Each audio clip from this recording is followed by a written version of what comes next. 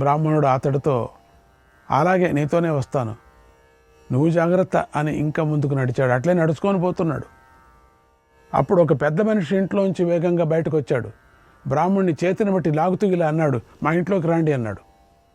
పంతులు గారు, బొమ్మలు గారు, లోపలికి రండి. ఏమిటి సాహసం? మీరు మాకు కావాలి, ఈ ఊరికి కావాలి. ఎందుకంటే మీరు మా అందరికీ మంచి చెడులు చెప్తారు, ఈ ఊరిని నడిపిస్తున్నారు. మీరు లేకపోతే మీ పుణ్యాత్ములు కాలేము, దుష్టులమైపోతాము. కనుక దయచేసి ఏనుగు వైపు వెళ్ళకండి, నా మాట వినండి, రాండి లోపలికి. మా ముఖం చూసి ఇక్కడే ఉండండి, లేదా వెనక్కు పారిపోండి. మాకు మీరు ముఖ్యం, మీ ప్రాణం ముఖ్యం. మీకేం కావాలో చెప్పండి, మీకు అన్ని సౌకర్యాలు కల్పిస్తాం. ఇంట్లోకి రండి, అసలు ఇల్లు వదిలేస్తాం, మేము సగం ఇల్లు వదిలేస్తాం మీకేనే, మీరు సుఖంగా ఉండండి ఇక్కడ, ఏనుగు వైపు మాత్రం వెళ్ళకండి అని నమస్కారం చేసి చెప్పాడు. అని లాగేస్తున్నాడు, చేయబట్టుకొని లాగుతున్నాడు. ఇంతలో ఏనుగు పెద్దగా ఘీంకరించిన శబ్దం అక్కడ వినిపించింది పెద్దగా. దాంతో ఆ పెద్ద మనిషి చాలా భయపడ్డాడు. బ్రాహ్మణుని చేతిని వదిలేసి వేగంగా లోపలికి వెళ్ళి తలుపులేసుకున్నాడు భద్రంగా. బ్రాహ్మణుడు మాత్రం నిర్భయంగా ఏనుగుకు ఎదురుగా వెళ్ళాడు. ఏనుగు పరిగెత్తుకుంటూ బ్రాహ్మణుడి మీదకి వచ్చేసింది. అప్పటి వరకు వీధులలోనూ ఆ నగరంలోనూ మేమే వీరులం, మేమే శూరులం, మేమే మనగాళ్ళం అని చెప్పుకుంటూ అందరినీ బెదిరిస్తూ తిరుగుతున్న వాళ్ళు అందరికన్నా ముందు పరిగెత్తి చెట్లపైకి ఎక్కి కూర్చున్నారు. ఒక్కరూ లేరు. వీరులు, శూరులు, దండ పావుపండలు, దండ పిండాండలు అందరూ ఒక్కరూ లేరు. చాలా చాలా చెప్పుకున్నారు, ఒక్కరూ లేరు.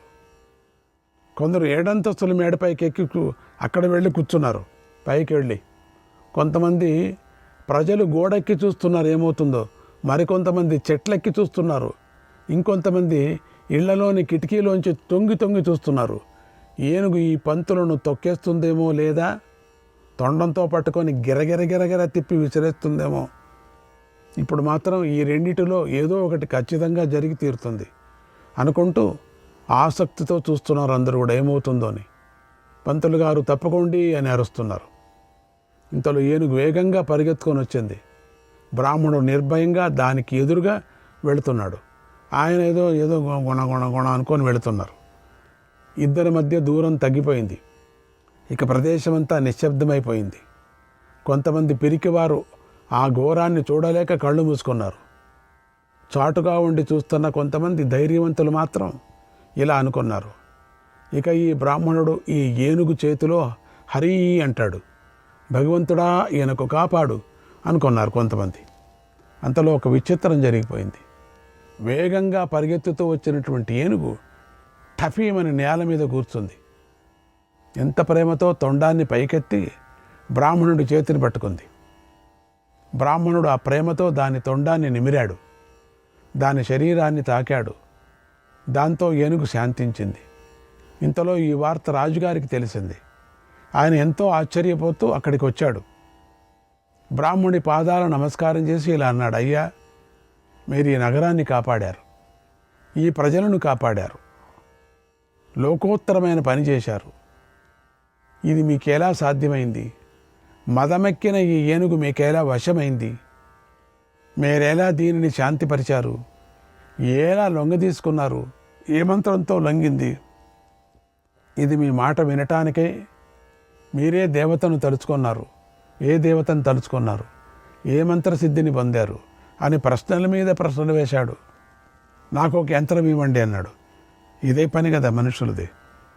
అప్పుడు బ్రాహ్మణుడు చిరునవ్వు నవ్వుతూ ఇలా అన్నాడు, ఓ మహారాజా, ఇది నా గొప్పదనం కాదు, నా మహిమ కాదు, నా నేర్పు కాదు, నా శక్తి కాదు, నా యుక్తి కాదు. ఇదంతా భగవద్గీతలోని 16వ అధ్యాయం యొక్క గొప్పతనం, 16వ అధ్యాయం యొక్క మహిమ. ఆ 16వ అధ్యాయాన్ని భక్తితో వశం చేసుకున్న వాడికి ఏదైనా వశమవుతుంది. నేను ప్రతిరోజు కృష్ణ పరమాత్మను పూజిస్తాను. భగవద్గీతలోని 16వ అధ్యాయాన్ని మనస్సు పెట్టి పారాయణ చేస్తూ ఉంటాను. నేను ఇప్పటిదాకా మనస్సులో 16వ అధ్యాయాన్ని పారాయణం చేస్తూనే ఉన్నాను. అందుకే నన్ను చూడగానే ఏనుగు మెత్తబడింది, నా మాట వింది అన్నాడు. ఇంతలో భటులు వచ్చి ఏనుగును తీసుకొని వెళ్ళి గజశాలలో కట్టారు. దాన్ని చూసి నగరంలో ప్రజలందరూ ఊపిరి పీల్చుకొని ఎంతో సంతోషించారు. బ్రాహ్మణుడిని మెచ్చుకున్నారు. బ్రాహ్మణుడి పాదాలకు నమస్కారం పెట్టారు. ఇంతలో రాజుగారు బ్రాహ్మణుడిని తన భవనానికి తీసుకువెళ్ళి 1,00,000 బంగారు కాసులు ఇచ్చాడు. బ్రాహ్మణుడిని పూజించి ఇలా అన్నాడు, ఓ మహాత్మా, నాకు కూడా దయచేసి గీతలోని షోడశాధ్యాయాన్ని ఉపదేశించండి. నేను కూడా శ్రీకృష్ణ పరమాత్మ అనుగ్రహాన్ని పొందుతాను. నాకు ఈ భాగ్యాన్ని కల్పించండి. రాజ్యంలో ఏమైనా ఉపద్రవాలు సంభవిస్తే నేను కూడా ఈ 16వ అధ్యాయ పారాయణంతో సరిదిద్దుతాను. నాకు ముఖ్యంగా నా రాజ్యం బాగుండాలి, నా ప్రజలు బాగుండాలి. వారు ఏ కష్టాలు పడకూడదు, వారిని ఏ వ్యాధి పీడించకూడదు. అందుకే నాకు 16వ అధ్యాయాన్ని ఉపదేశించండి అని కోరాడు. ఆ మాటలు విని బ్రాహ్మణుడు సంతోషిస్తూ ఇలా అన్నాడు, ఓ మహారాజా, నీది ఉత్తమమైన కోరిక. ఈ 16వ అధ్యాయ పారాయణంతో రాజ్యం బాగుంటుంది, ప్రజలు బాగుంటారు. ఈ అధ్యాయాన్ని కనుక ధారణ చేస్తే, అంటే ధరిస్తే, ఎలాంటి ఉపద్రవాలు రావు అని షోడశాధ్యాయాన్ని ఉపదేశించాడు. రాజుగారిని ఆశీర్వదించి అక్కడి నుంచి వెళ్ళాడు. ఇక ఆ రోజు నుంచి రాజుగారు ప్రతిరోజు 16వ అధ్యాయాన్ని పారాయణం చేయాలని నియమం పెట్టుకున్నాడు. మొదటి రోజున ఒక శ్లోకాన్ని మాత్రమే చదివాడు. అప్పుడు ఆయనకు ఏనుగు గుర్తొచ్చింది. దాని గురించి ఆలోచిస్తూ ఆయన మనస్సులో ఇలా అనుకున్నాడు, ఈ మధ్యనే ఏనుగు మారిపోయింది, విచిత్రంగా ప్రవర్తిస్తుంది, నన్ను చూడగానే మీదకొస్తుంది, ఘీంకరిస్తుంది, తొండాన్ని విసిరేస్తుంది. ఇప్పుడు నేను 16వ అధ్యాయాన్ని శ్రద్ధగా నేర్చుకున్నాను. ఇప్పుడు నేను దాని దగ్గరికి వెళతాను, ఏం చేస్తుందో చూస్తానని అనుకొని గజశాలకు వెళ్ళాడు. వాడి చేత దాని కట్లు విప్పించేశాడు. మొత్తం భయం లేకుండా దాని ఎదుటికి వెళ్ళి నిలబడ్డాడు. అది ఝీంకరించలేదు, తొండాన్ని విసరలేదు. నేల మీద కూర్చొని ప్రేమతో తొండమెత్తి రాజును ఆశీర్వదించింది. రాజుగారు దాని ప్రేమకు కరిగిపోయాడు. ఓ గజరాజా, నువ్వు నన్ను మంచి దారిలో పెట్టావు, నాకు మంచి బుద్ధిని ప్రసాదించావు, నీకు నమస్కారం.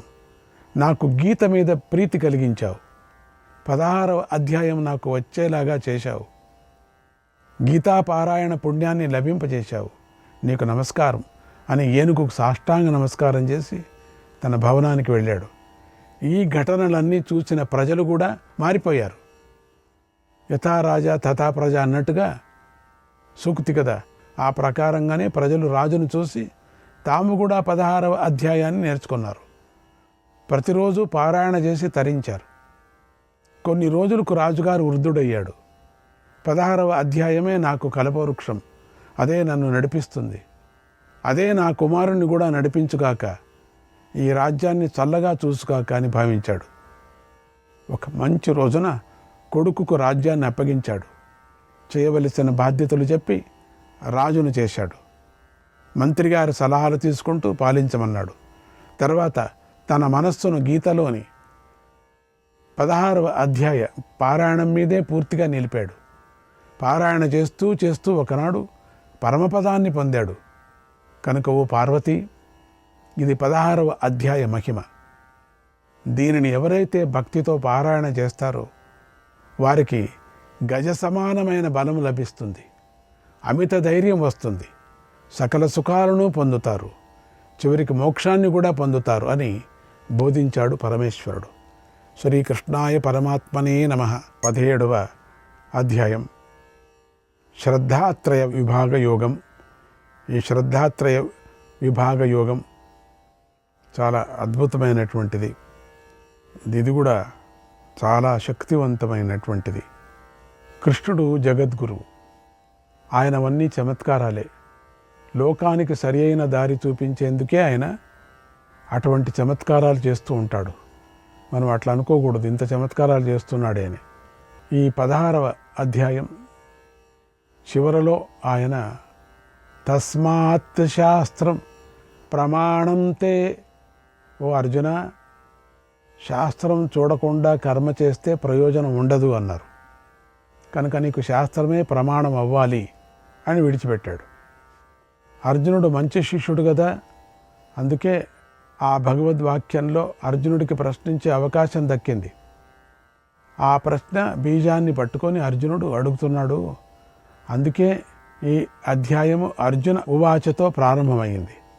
శాస్త్రం తెలుసుకోకుండా శ్రద్ధగా కర్మ చేసే వారికి కలిగే ఫలం ఏమిటి అని అర్జునుడు అడగబోతున్నాడు.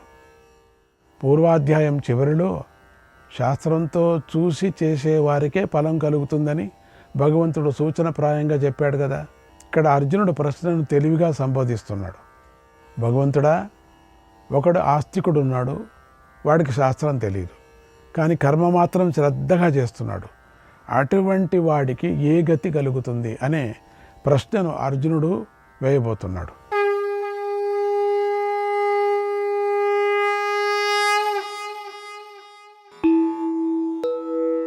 అథ సప్తదశోऽధ్యాయః శ్రద్ధాత్రయ విభాగయోగః.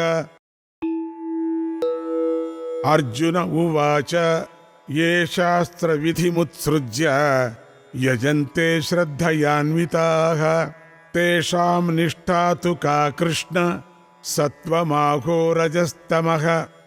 అర్జునుడు ఇలా అన్నాడు, ఓ కృష్ణ, ఎవరైతే శాస్త్ర విధిని విడిచిపెట్టి శ్రద్ధతో కూడిన వారై పూజలు వ్రతాలు మొదలైనవి చేస్తున్నారో అటువంటి వారి నిష్ఠ ఎటువంటిది? అది సత్వమా, రజస్సా లేదా తమస్సా అనేది అర్జునుడి ప్రశ్న. వాళ్ళ గతి ఏమిటి?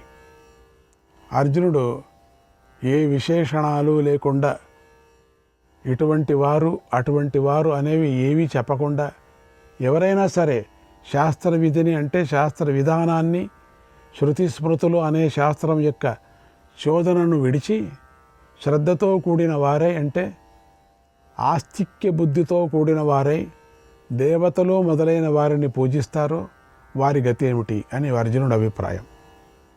ఇక్కడ చోదన అంటే విధి మరియు నిషేధ రూపమైన వాక్యము అనే అర్థం తెలుసుకోవాలి. శృతి మరియు స్మృతి రూపమైనటువంటి శాస్త్ర విధిని విడిచిపెట్టి చేయటం అనే అర్జునుడి మాటకు అర్థం ఏమిటి అంటే శాస్త్రం తెలియకుండా పెద్దలు చేసిన దాన్ని చూడటంతోనే కలిగినటువంటి శ్రద్ధతో కూడిన వారే అని అర్థం ఇక్కడ. అటువంటి శ్రద్ధతో ఎవరైతే దేవతలు మొదలైన వారిని పూజిస్తారో వారినే మనస్సులో ఉంచుకొని అర్జునుడు ప్రశ్నించాడని తెలుసుకోవాలి. అంతేగాని ఎవరైతే ఏదైనా శాస్త్ర విధిని చూసినా కూడా దాన్ని విడిచిపెట్టి అశ్రద్ధగా విధి విధానానికి విరుద్ధంగా దేవతలు మొదలైన వారిని పూజిస్తారో అటువంటి వారిని మనస్సులో ఉంచుకొని అర్జునుడు ప్రశ్నించటం లేదు అని తెలుసుకోవాలి. ఎందుకంటే అర్జునుడు చాలా జాగ్రత్తగా శ్రద్ధయాన్వితాః, శ్రద్ధతో కూడిన వారే అని విశేషణాన్ని ప్రయోగిస్తున్నాడు. దేవతలు మొదలైన వారిని పూజించటంలో విధి విధానాన్ని చూపించే అటువంటి శాస్త్రవాక్యం కనిపించినా దాన్ని విడిచిపెట్టి అశ్రద్ధతో దేవాది పూజల్లో శ్రద్ధతో కూడిన వారై అనే అర్థాన్ని కల్పించి చెప్పే అవకాశమే లేదు. శాస్త్రంలో అశ్రద్ధ దేవాది పూజలతో శ్రద్ధ అనేది ఏకకాలంలో ఎట్లా కుదురుతుంది? ఎలా కుదురుతుంది? కుదరదు కదా. ఒకవేళ అర్జునుడి అభిప్రాయం అదే అయి ఉంటే అకస్మాత్తు శ్రద్ధయాన్వితాః అశ్రద్ధయాన్వితాశ్చ అని ఉండేవాడు కదా. కానీ ఆయన అనలేదే. ఆయన ప్రశ్న శ్రద్ధ గురించే కానీ అశ్రద్ధ గురించి కాదు. అర్జునుడి ప్రశ్నలో నిష్ఠ అనే పదానికి అవస్థ, అవస్థానం అని అర్థం చెప్పుకోవాలి. శాస్త్రం తెలియని వారు శ్రద్ధగా పూజిస్తే వారికి ఏ ఫలం కలుగుతుంది అనే విషయం తెలుసుకోవాలి. వారికి సత్వమే స్థానమే ఉంటుందా, లేదా రజోగుణమా, లేదా తమోగుణంగా స్థానమే ఉంటుందా? వారు చేసే పూజ సాత్వికమా, రాజసమా, తామసమా, ఏది అని తెలుసుకోవటానికి అర్జునుడు ఇష్టపడ్డాడు. అర్జునుడు గొప్ప శిష్యుడు, ఉత్తమ సాధకుడు మాత్రమే గాక మంచి మనస్సు కల దయామయుడైన జీవుడు. అతడు మొత్తం రాజ్యమంతా తిరిగాడు. అప్పుడు అన్ని రకాల ప్రజలను చూశాడు. అంటే పొట్ట చీల్చినా కూడా అక్షరం ముక్కలేనివాడు. వారిని చూశాడు. కానీ వాళ్ళు వారి పెద్దలు ఆచరించినట్టుగా చూసి తెలుసుకొని శ్రద్ధగా ఆచరిస్తున్నారు. వారి శ్రద్ధలో మాత్రం అర్జునుడికి ఏ లోపమూ కనిపించలేదు. అటువంటి అమాయక ప్రజల్ని కూడా దృష్టిలో ఉంచుకొని అర్జునుడు ఈ ప్రశ్న వేశాడు. ఈ అర్జునుడి ప్రశ్న సామాన్య విషయమైంది.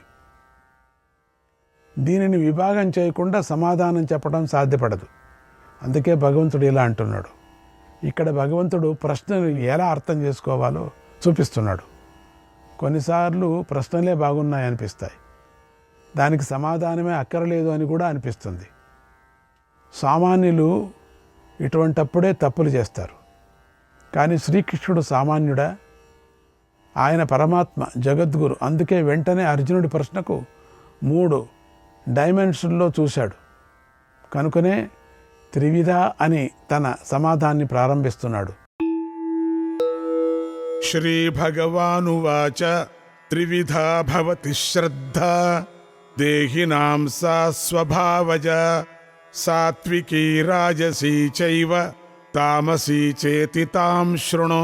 భగవంతుడు ఇలా అన్నాడు, అర్జున, దేహదారుల యొక్క స్వభావంతో పుట్టిన ఆ శ్రద్ధ సాత్వికము, రాజసము మరియు తామసము అని 3 విధాలుగా ఉంది. దాని గురించి చెబుతాను విను అని భగవంతుడు సమాధానం ప్రారంభించాడు. అర్జునుడు ఏ అవస్థ గురించి అడిగాడో అది శాస్త్రాన్ని విడిచిపెట్టినది, అంటే శాస్త్రం తెలియనిది, కానీ శ్రద్ధతో కూడినది. అర్జునుడు సామాన్య శ్రద్ధను గురించి అడిగాడు, కానీ కృష్ణ పరమాత్మ విశేష శ్రద్ధ గురించి చెబుతున్నాడు. అందుకే దీనిని శ్రద్ధాత్రయ విభాగ యోగం అని పేరు వచ్చింది. శ్రద్ధ 3 విధాలుగా ఉంటుంది.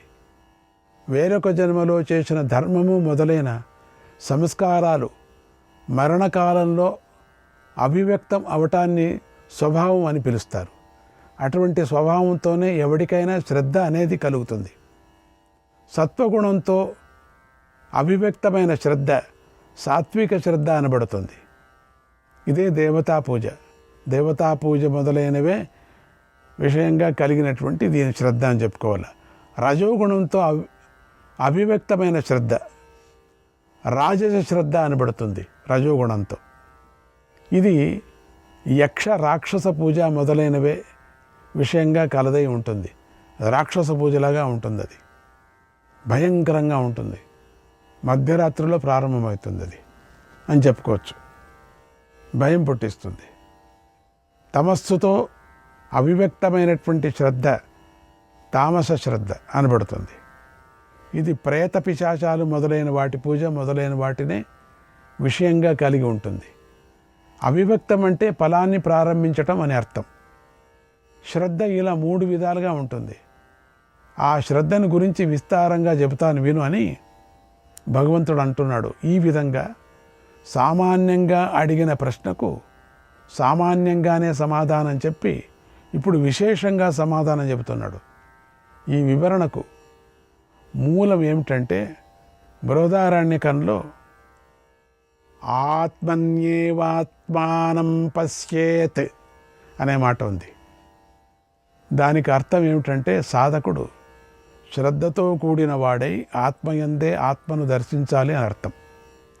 ఈ విధంగా శ్రద్ధగా చేసే ఆత్మదర్శనాన్ని సాధనాల్లో గొప్పదిగా చెబుతూ ఉన్నప్పుడు దానికి రాజసత్వాన్ని తామసత్వాన్ని ఎలా చెబుతారు అనే ప్రశ్న కలగవచ్చు. దానికోసమే భగవంతుడు ఇలా సమాధానం చెప్తున్నాడు. శ్రీకృష్ణాయ పరమాత్మనే నమః.